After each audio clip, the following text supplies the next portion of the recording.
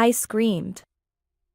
When I opened the freezer at -4 degrees Fahrenheit, there was my 6-month-old daughter, whom I had entrusted to my husband. I hurriedly picked her up, placing my hand on her cheek. Her face was cold, and I couldn't hear her crying. At that moment, I collapsed right there. Why has it come to this? I contacted my husband, and he nonchalantly claimed that our daughter was still doing well. Liar. I decided to investigate the man who had deceived me and subjected our child to such a fate. What I discovered was beyond belief. Filled with rage, my resolve was clear: I would bring hell upon my husband. My name is Olivia. I met my husband Michael, who is 5 years older than me, in the roles of a restaurant's owner and a customer. The restaurant near the publishing house where I work was a frequent gathering spot for my colleagues and me. Michael was always busy working in the restaurant, and I found myself admiring his hard work. Fate brought us together, and our relationship blossomed. We got married when I was 34, starting our new life together in the upstairs residence of the restaurant. Shortly after moving in, I discovered I was pregnant. Michael's joyful reaction was priceless. Is it true? Olivia, you did it! I'm finally going to be a dad. Throughout the pregnancy, we eagerly awaited the day we would meet our child, sharing ultrasound photos from each checkup. After working almost until the last moment, I gave birth to our daughter, Mia. Despite the challenges of first-time parenting, our life together, with a loving husband and an adorable child, was pure happiness. Since our child was born, Michael has become busier with work, and I've taken care of most of the household chores and childcare during my maternity leave. While I understood that it couldn't be helped, I worried about his well-being.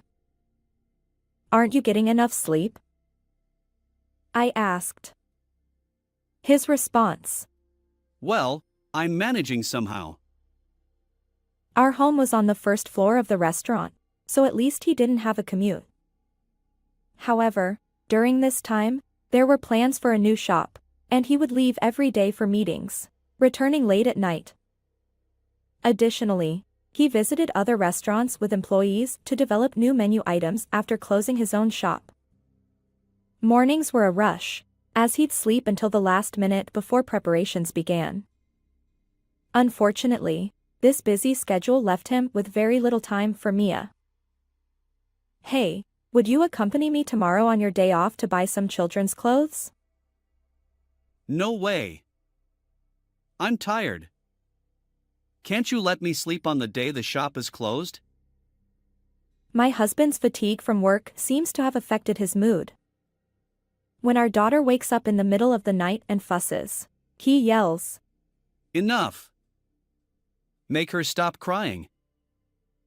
Not only that, but in his frustration, he throws nearby objects at us. I tried to reason with him, saying, "Mia is still a baby, it can't be helped." But he wouldn't listen. Finally, he snapped. Enough already! I'm going to sleep at the shop. With those words, he stormed out of the house. I keep telling myself that once things settle down with the new shop, maybe Michael's feelings will change. However, as our daughter reaches 3 months old, nothing seems to have improved.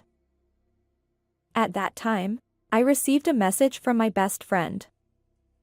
She was getting married at a resort location within the United States in 3 months, and she wanted me to attend. Although I explained that it might be difficult, she insisted and even asked me to give a speech. Leaving Mia with Michael would be impossible, I thought. My parents lived far away, and it would be a hassle for them to come. Meanwhile, Michael's elderly parents lived nearby, but I hesitated to ask them to take care of our baby. I'd love to see the bride and celebrate, but I sighed as I looked at the invitation. Just then, my husband approached, glancing at what was in my hands. A friend's wedding? he asked. Yeah. I replied. It's in 3 months, but with Mia, I'm considering declining, He said, returning his gaze to his phone. However, a few minutes later, my husband approached me again. Go ahead and attend. I was taken aback. What do you mean? I asked. He replied. The wedding. Since I'll take a break from the shop and take care of Mia, you should go. His unexpected suggestion left me speechless, and I couldn't respond immediately. Are you sure? Even though it's a resort location within the US, it's quite far, and if something happens, I won't be able to return quickly because of the flight. I expressed my concerns. But he reassured me. It's okay. Take a break once in a while. Thank you.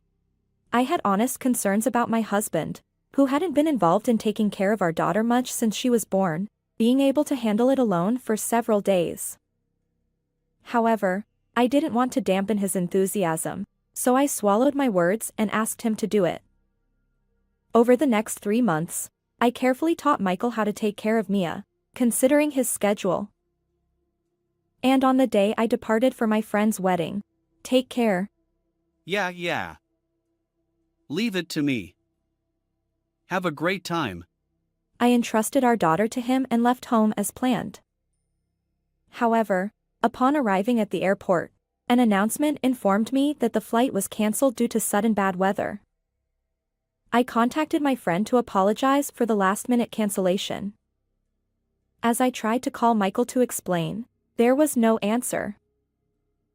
Is he struggling with taking care of Mia? I wondered. Imagining that scene made me feel somewhat amused. I decided not to bother sending an email, assuming he wouldn't have time to read it, and returned home. When I arrived home, drenched in the sideways rain, neither my husband nor our daughter was in the living room or bedroom. Yet, considering the stormy weather, it seemed unlikely they had gone out. Since it was the shop's scheduled day off, I ventured downstairs just to be sure. The atmosphere there was eerily quiet, and I couldn't sense anyone's presence. However, the light in the pantry, where he kept the freezer and other supplies, was on. Did someone forget to turn it off? I wondered. As I stepped into the room, I noticed that the freezer door was slightly ajar, allowing cold air to escape. Concerned about the perishable items inside, I decided to check. When I opened the door, I screamed. I was met with a chilling sight.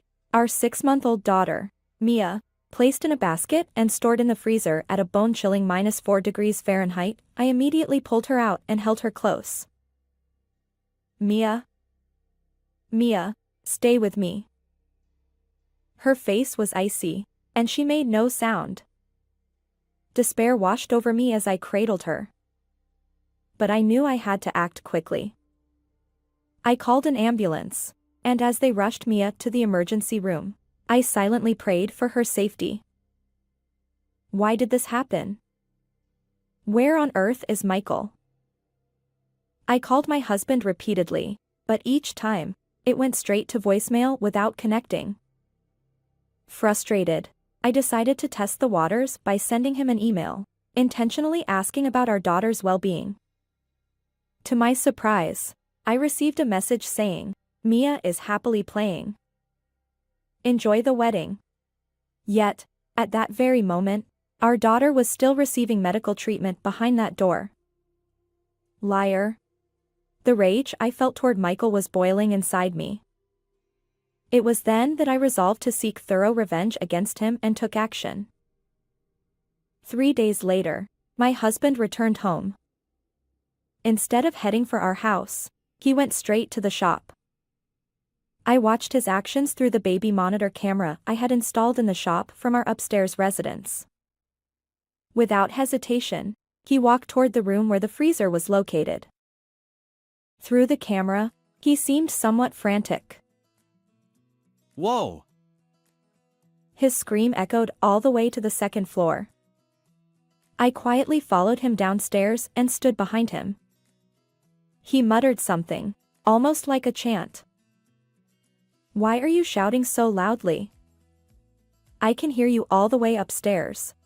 Startled, he turned around when he noticed my presence. Huh? Why? He stammered. Mia would be frightened. Was she behaving well? I asked, noticing our daughter's clothes behind him. As I leaned in to see Mia's face, Michael used his entire body to block me. "I want to hold her quickly, so could you move aside?" He stammered. No, she's sleeping now, it's better to leave her alone. But I couldn't wait. Even just her sleeping face. Ah! I screamed, and Michael awkwardly averted his eyes. "What's going on? Where's Mia?" I demanded. He hesitated. Well, you see. It was no wonder. The basket in the freezer should have contained our daughter, but instead, there was a baby doll dressed in Mia's clothes. Of course, it was all my doing, a carefully orchestrated performance. Please bear with this exchange a little longer. This was just her plaything. Really? So where's Mia? She's being looked after. Yes. She's temporarily with someone else. Michael piled on the lies, desperately trying to salvage the situation. Then he looked at me, realization dawning on his face. Why are you here? Wasn't your return scheduled for the evening? If I return home early, would it cause any problems? No, it's not like that. In reality, when I decided to take revenge on Michael, I had sent him an email. It stated that I would continue entrusting our daughter to him and that I would return home 3 days later in the evening. That email was a lie. On that day, the flight was cancelled due to bad weather, so I couldn't go. That's why I immediately returned home. Huh? I didn't hear anything about that. Why didn't you contact me sooner? But it wasn't you who didn't answer. Even so. I also miss calls sometimes. Michael, who had been assertive until then, grew increasingly timid, and toward the end, he mumbled so softly that I could barely hear him. However, whether he answered the phone at that moment no longer mattered. My anger wasn't about such trivial matters. Claiming that you left Mia with someone else was a lie, right? After all, when I returned home, you weren't here, and our daughter was in the freezer. Did you know? And yet, you even used such a doll to play a disgusting prank. Michael retorted, growing defensive as he approached me. But I stood my ground. Who's the real lowest of the low? When I asked you about Mia's well-being in that email, you said she was happily playing. Michael's face twisted in frustration. And yet, at that moment, she was already at the hospital. You liar. What were you doing? Tears welled up as I confronted him. But he avoided eye contact, turning away in silence. Say something, I declared, thrusting a piece of paper in front of my husband's nose. Huh? You were out here, weren't you? The paper was a schedule for a trip. Well, it's because we suddenly had a meeting for the new shop at the hotel. But the reservation was made 3 months ago, right after I decided to attend my friend's wedding. As I checked the date, it aligned with the moment I committed to the wedding. Michael seemed to panic again, avoiding eye contact and falling silent. Moreover, you reserved a couple's plan at the hotel. Huh? I wasn't invited. It was something I saw on TV, a popular option. I thought it might benefit our shop, so I went for research. His feeble excuses only increased the suspicion. A faint sheen of sweat appeared on his forehead. Well, so you took you employees along? Yeah, like a company trip. I inwardly sighed at Michael's ever-changing explanations. But now, it was showtime. I couldn't afford to drag out this exchange any longer. What part of this is a business trip, huh? I confronted him, presenting several photos. They showed my husband posing happily with another woman at tourist spots and getting cozy in bathrobes at the hotel. Clearly, it wasn't a work-related trip. They looked like a couple on vacation.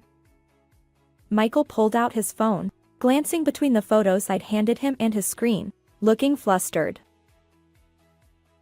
How did you get these pictures? He demanded, showing me his phone. To his surprise, the same images I'd printed were displayed there. I smirked at him. Did you forget that your phone's contents are accessible from a computer? Michael's face fell as he remembered. You see, he'd previously helped create greeting cards for a customer using his phone data, including addresses. He'd linked his phone and computer, allowing me to access reservation details and even the photos sent by his affair partner from the tourist spots. Moreover, isn't she one of your employees? No wonder you confidently called it a company trip. Michael's affair partner was indeed a 28-year-old woman named Sophia, who worked at his restaurant. To think I was being cheated on right under my nose. Honestly, it's quite shocking. It's hard to see what is under your nose. Michael tried to deflect with a joke, but there was no sign of remorse. I had no lingering feelings for a man like him. I can't forgive what you did to Mia more than your infidelity, I declared. Well, if you've already found out, there's no helping it, Michael retorted, wearing a defiant smile. I wanted to be with Sophia, and I planned to divorce you. As for child support, well, that's another matter. Paying for Mia is a bit much. He seemed reluctant to spend unnecessarily on child support. That's when he saw me agonizing over attending my friend's wedding. Michael had an idea. If he got rid of the daughter he was watching, all problems would vanish. So that day, he locked Mia in the freezer and set off confidently on his affair trip. His plan was to handle it before I returned home and find a clever excuse for her death. Well, it's all ruined because of you. I felt nothing but disgust as he grinned. So where's Mia? When's the funeral? What are you talking about? I'm asking about her. What happened to her? Michael's frustration was evident in his tone. Mia is fine. Right now, my mom is with her at the hospital. What? Is she alive? He looked visibly disappointed. I had discovered Mia shortly after Michael left the house. Her face was cold, and she wasn't crying. I had braced myself for the worst. But while waiting for the ambulance, Mia opened her eyes, yawned, and cried loudly. It seemed she had slept soundly even in that situation.